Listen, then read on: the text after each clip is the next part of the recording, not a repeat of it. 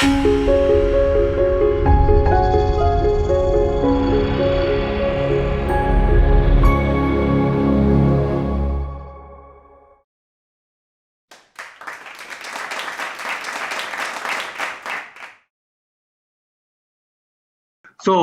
my topic is study of Indian astronomy and its relevance today. Next slide. Yeah. So in the already people have talked about Dharampalji's book on Indian science and technology in the 18th century. So in this book, there are 3-4 articles on Indian astronomy, and one of them is a remarkable chapter was on the remarks on astronomy of the Brahmins by John Playfair, a British astronomer. So this was written in 1790. Playfair. His analysis was based on 4 Indian astronomical tables pertaining to the positions of the sun, moon, and planets from Siam, that is Thailand, Krishnapuram, Narsapur, and Tiruvallur. He made a detailed comparison of the data with some contemporary European tables and what could be derived from Ptolemy's astronomy. He remarks on the great accuracy of the tables and observes that the construction of these tables implies a great knowledge of geometry, arithmetic, and even of the theoretical part of astronomy. But the basis of calculations was not clear to Playfair or other European astronomers at that time. Now it is clear. I will come back a little bit to this article a little later. Okay, next slide, yeah. Actually, there have been more than 160 years of work on Indian astronomy. I'm just listing some of them, works edited, most have been translated, and very many have been explained. And because of these publications, the basic methods and algorithms of Indian astronomy are fairly well understood. So I will say something, list some of these works in the chronological order in which they came, not necessarily in the order in which they were studied in 19th century. We have the Vedanga Jyotisha ascribed to Lagada.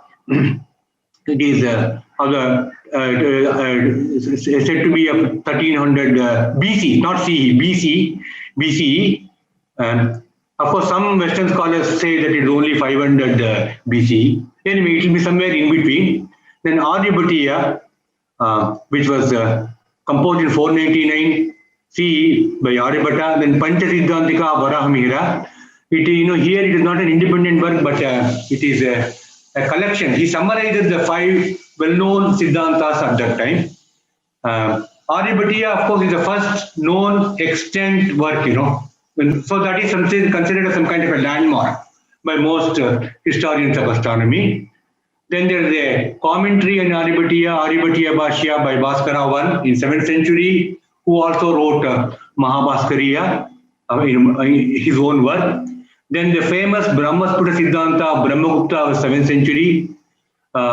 It is also a very elaborate work, and he also wrote a so-called Karana work called Khandakadyaka. Both were translated into Arabic. Then you have the Shishyadi Vrudida Tantra of Lalla, 8th or 9th century CE. The name itself is interesting, It is a Tantra and algorithm book which is meant to increase the intellect of the students. Then you have this Laghumanasa of Manchalacharya, 10th century, then Siddhanta Shekhara of Sripati, 11th century, then Siddhanta Shiromani, this is a very magnum opus of Bhaskaracharya. In fact, the most, popular and famous work on Indian astronomy, which is studied in the traditional institutes, Jyotisha departments even now. So this was 1150 CE. Please go down. Yeah. Then of course, Surya Siddhanta. Surya Siddhanta is, a lot of people refer to it, even though people are fascinated by it. What is available now, in bookshops is some kind of a modern version, probably composed in 10th to 11th century CE. Now, actually, Surya Siddhanta is one of the first to be published in 19th century. The English translation and all that by Burgess around 1860 or so. Then you have the Vakyakarana, another important text composed around 1295 CE. Now, except Vedanga Jyotisha, all the above are in the Siddhantic tradition. I'll come to what it means. Then there's a lot of post-Bhaskara developments. Now go to the next slide, please. Next slide, yeah. So a lot of work on post-Bhaskara developments, mostly last 50 years or so, thanks to K.V. Sharma and many of his intellectual descendants like us. After Bhaskara too, the Kerala School of Astronomy and Mathematics flourished. One of the major figures are Madhava, Parameshwara, Nilakanta Somyaji, M.D. Srinivas mentioned it, his Tantra Sangraha, and he also wrote an Aryabhatiya Bhashya. Ganita Yukti Bhashya, another extremely important book, widely discussed in the recent times. Pudumana Somyaji, who wrote a work called Karana Paddhati. Then Achyuta Pisharadi, late 16th century, who a work called Karanottama, and Shankar Varma Sadrattamala. So like that, many people would be knowing about the mathematics part of this, importance of the mathematics part of Kerala School, the infinite series for pi, sine and cosine functions, much before the subject developed in Europe. So I need not talk about it. Then astronomy, the major contribution of Nilakanta Somyaji, as mentioned by Professor Srinivas, he carried out a major division of the planetary theory in 1500 CE, where he proposed a Tycho Brahe type of model. So please note that heliocentric model of Copernicus was 1542 CE. So in many features, it is somewhat better than the Copernicus model in some ways. Okay. Of course, apart from the Kerala school, we have this Ganesha Devagna, who wrote a book called Gararagava, which is still followed, in making Panchangas and many parts of the country. Siddhanta Tattva Viveka by Kamalakara. Then there's an important work called Siddhanta Darpana by Chandrasekhara Samanta, the great Vadiya astronomer, published in 1900 CE, probably composed around 1860 CE. Okay, so these are some of the other remarkable astronomers after Bhaskara too. So many of these, what these various authors say in their works, which I have listed, now it is fairly well known. Not all aspects, everything is not understood. Many things, the evolution, how it proceeded, some of the aspects are still to be understood, but major parts I can say that they are understood. So, because editions and translations, and also explanations are there for many, and also many articles in scientific journals, and many talks and expositions. So now I should say that many of these India astronomy works, they all contain a lot of mathematics also, especially trigonometry. In fact, the Indian trigonometry is basically developed only in the astronomy text, on the first time in Aryabhatiya. Now to make some of my statements, these things, little more clear, I have to say something about the Indian trigonometry. I know that this talk is not supposed to be very technical, but still a little bit about the Indian trigonometry and how it differs from the Greek trigonometry. So the Indian Jya, so the left side, you have this circle. So with the radius OA is equal to R, and they're making an angle theta with the horizontal axis. So AB, the opposite side, that is the sine or sine theta, the Jya. So in India, the sine is, length in contrast to the modern sine, which is a ratio. Okay, we don't go into details. So this is essentially modern sine except for a factor of R, the radius of the circle, and the radius of circle is, normally taken to be 3438 minutes, which is 21,600 by 2, by 21,600 being the number of minutes in a circle.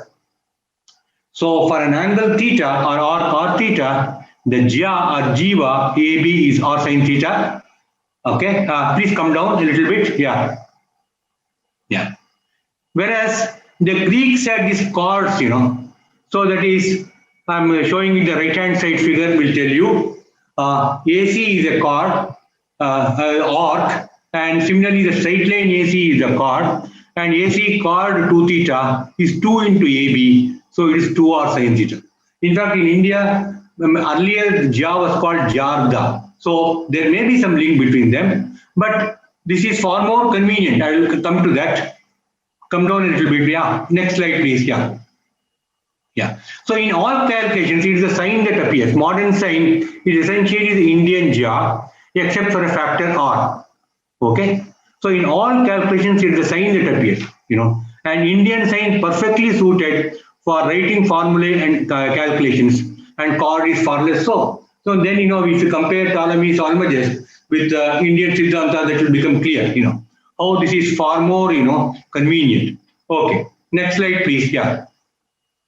As a matter of fact, terms sine, cosine can be traced to India. So Jia is also Jiva, as I mentioned. This was adapted by Arabs, even in the 7th, 8th century. As I told you, Brahmagupta's works were translated. And Jiva is another name in Sanskrit for this. And Jiva becomes Jiba. In Arabic, it also read as J. J, even now, even in Hindi, we have the word J. It means a pocket or a fold. Okay, and sometimes refers to chest cavity, and this is translated into Latin as sign. So the term sign is derived from the Indian jiva, though it doesn't appear so. But actually in India, the complement of the jya is kotijya. Okay, and sometimes they write it as kojya in the manuscripts. So the complement of sign is cosine. So that is how it is. Yeah. Okay, the next slide, please. Yeah. Now, I'm sorry for again being technical at this thing, but sometimes it is required, to illustrate some point. I will just give one example of a formula in Indian astronomy. In Indian units, one civil day is 16 nauticas. Okay, for 24 hours is 16 nauticas or gatikas. When sun is on the equator or equinox, the declination, so-called declination of the sun is 0. Okay, you must realize that in those days, all ancient astronomy, actually the planets, including sun, moved around the sun. Okay, or Earth. So even sun and the sun also moved around the Earth. So I'm talking of a geocentric like that picture. So the sun's distance from the celestial equator, so that is the declination. Okay. On March 21st, September 23, equinoctial day, declination is 0. Then the duration of daytime is 30 nauticas. Okay, that is 12 hours. On any other day, the duration depends upon the declination and also the latitude of the place, which I denote by 5. And of course, at the equator, apart from some effects like refraction and all that, at the equator, any place on our Earth's equator, the duration of the daytime, that is sunrise to sunset, okay, duration of daytime is always 12 hours or 30 nauticas. Okay, whereas in other places, it changes. And we know that if you go northwards, it changes more and more. The variation is too much. Okay, so now, according to India, they call it in terms of, the duration of daytime is discussed even from Aryabhatiya onwards. So that is 499 CE. And the duration of daytime is given as 2 into 15 plus 1 by 6 delta alpha in nauticas, where delta alpha is in degrees. So here I've given a figure, okay, the celestial sphere as seen by an observer with latitude 5. So that the circle EUW, that is the equator, which is parallel to the Earth's equator, it's called celestial equator. So, but in any day, sun is going in a circle ATD. It will be a smaller circle called diurnal circle, and this angle delta alpha I have seen, that is the extra time. That refers to the extra time. Apart from your 12 hours. That you have for duration of the daytime.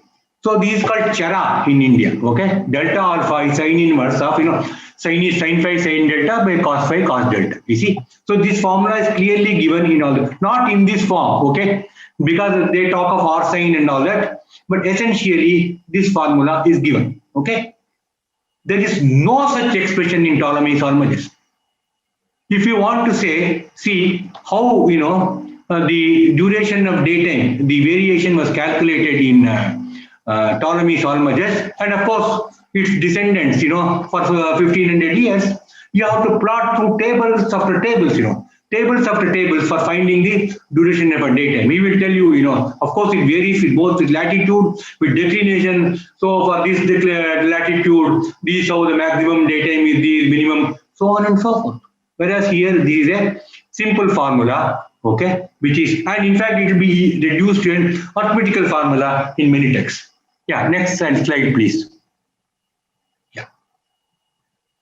Okay, so I promise you there will not be too much of more technical things, but some references to it only. So let me talk about some distinguishing features of Indian astronomy. You have the Yuga system. So earlier you had a 5-year Yuga in Taittiriya Samhita and such texts, and systematized later in Vedanga Jyotisha, where sun and moon come back to the same point, direction with respect to the stars after 5 years. And same kind of idea in Siddhantic astronomy. However, now you have a Mahayuga of 43 lakh 20,000 years. So essentially all planets come back to the 0 point of the Hindu zodiac after this period. So for more accuracy, you have the concept of Kalpa, which is 1000 Mahayugas. That is also used. Then another distinction for the factor is Sutra format. So rules and algorithms are given. So from Vedanga Jyotisha onwards, you have got that, This feature is shared with other disciplines like Vyakarana. You have the Panini's, Adyar. Then Chandas, Pingala, Chandra Sutra, and all that. All of them are, rule based. And rationales are upapattis and commentaries. Okay, so it's not as if they just mugged up the rules and did the calculations. In fact, again and again in many places, the need for understanding the rationales are emphasized.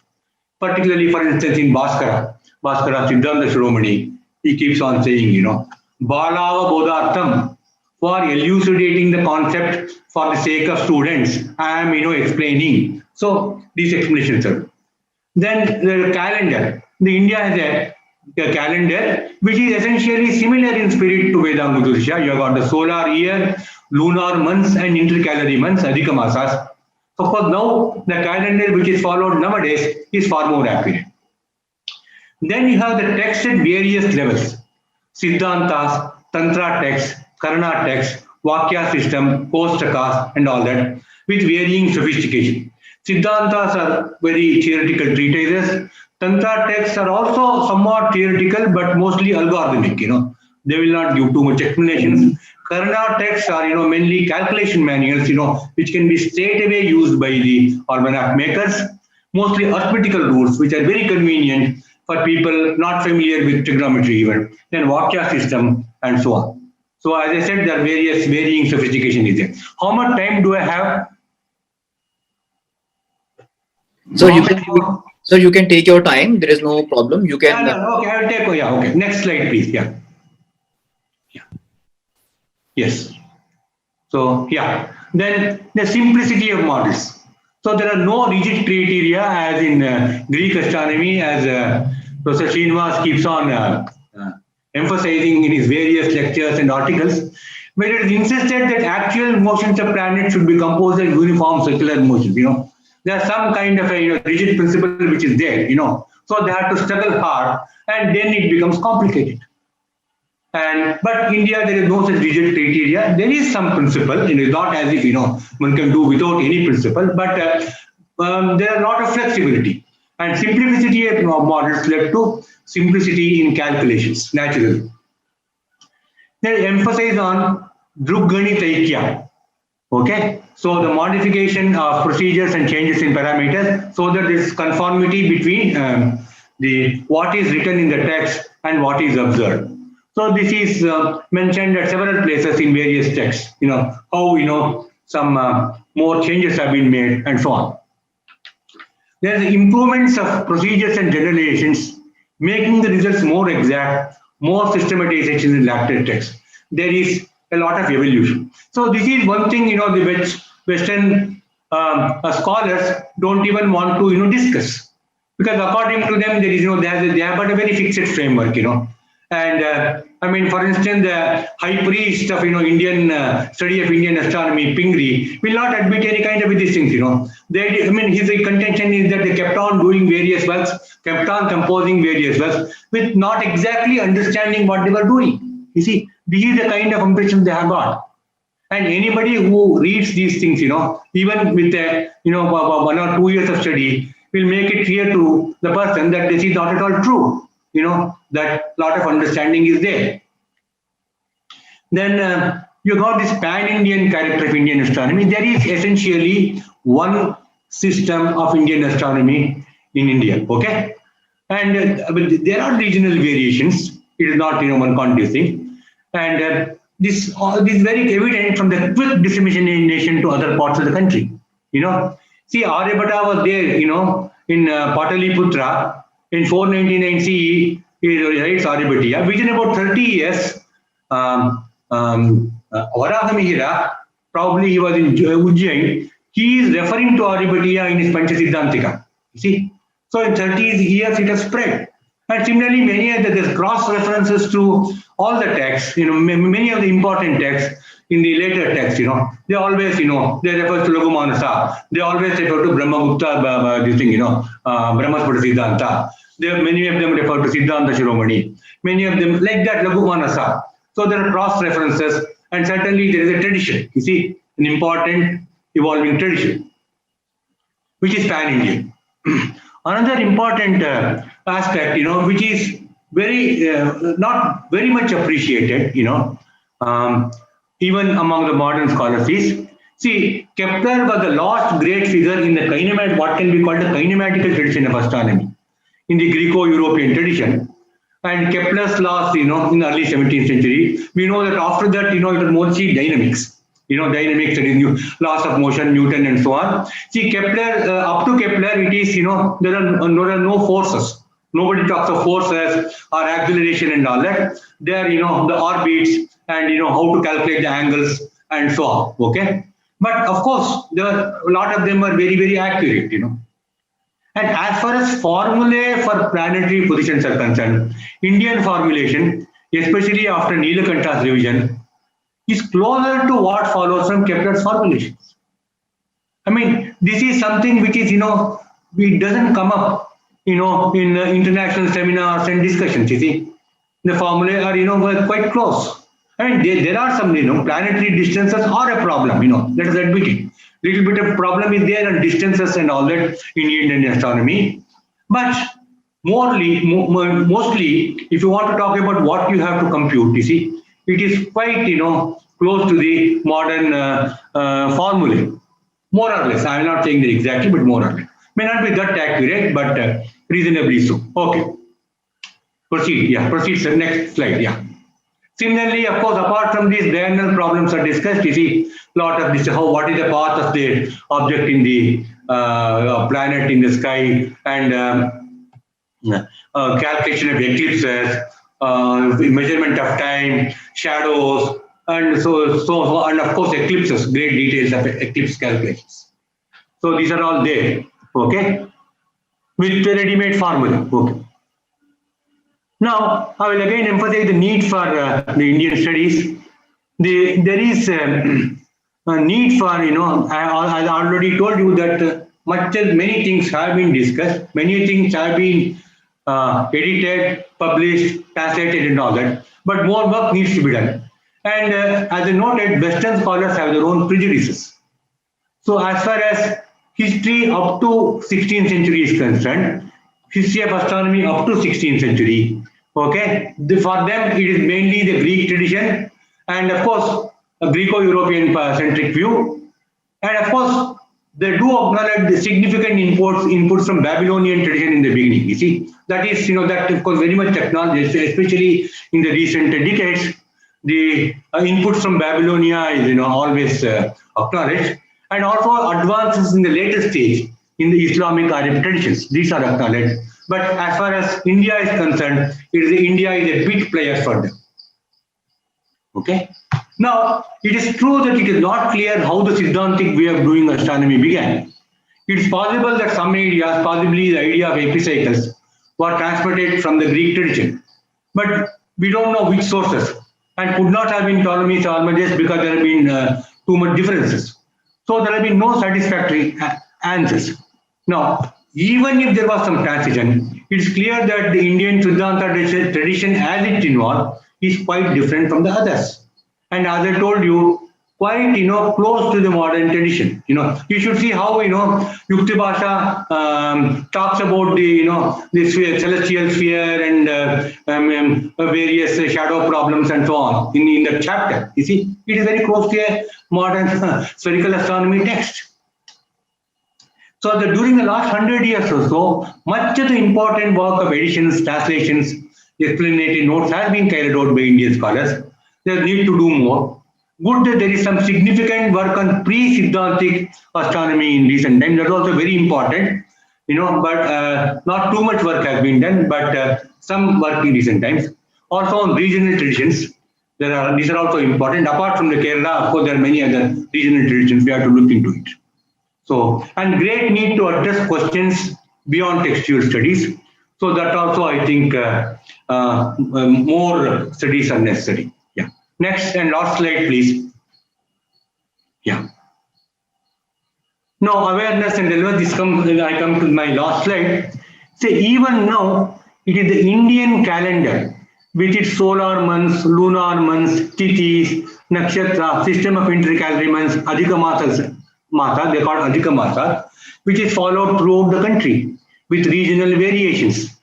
So, and the basis of this is mainly the true positions of the sun and the moon in the stellar background. Okay, and many aspects of temple architecture depend on the cardinal directions and sun's position and so on. Should we not be even aware of these, what is widely followed in our country, what is widely celebrated through festivals and all that, there is no mention of this in our textbooks. The most common of the remarks after many of my lectures on Indian astronomy, it must be true of other speakers also, are we are not aware of any of these. How come they do not find any place in the school and college curricula? There are enough source materials. Some attempts have been made, but unfortunately, they have been half-hearted. This should change, and there must be a prominent place for Indian astronomy as and other Indian traditions in our books, especially in books at school and college levels. Apart from that, apart from the Indianness, the models of Indian astronomy are eminently suitable for instruction, can be easily incorporated into syllabi at school and college levels. So many things can be done just with a stick, for sighting. Many measurements can be done with a gnomon. You see, I can prescribe a few experiments, which can be there, in BSc level. You see, so they are purely scientific, experiments. Okay, how to find out the declination on a day and so on. So this is a very important thing, and I think we should address ourselves to this task. And not only for as I told you, so many other these things are there, whatever the features are there, which can be adopted. So, for instance, eclipse calculation, you see. So, this is the most, nobody, after so many years of studies in modern physics, hardly anybody can calculate anything, That is these things even in our study of modern science. But at least here, and children do not have a feel for anything. And this is one area in which the study of Indian astronomy or, placing the Indian astronomy sources at the school or college levels, that will be very, it will be useful to make people have a feel for anything. Apart from, of course, what can be put in mathematics test, I will not talk about it.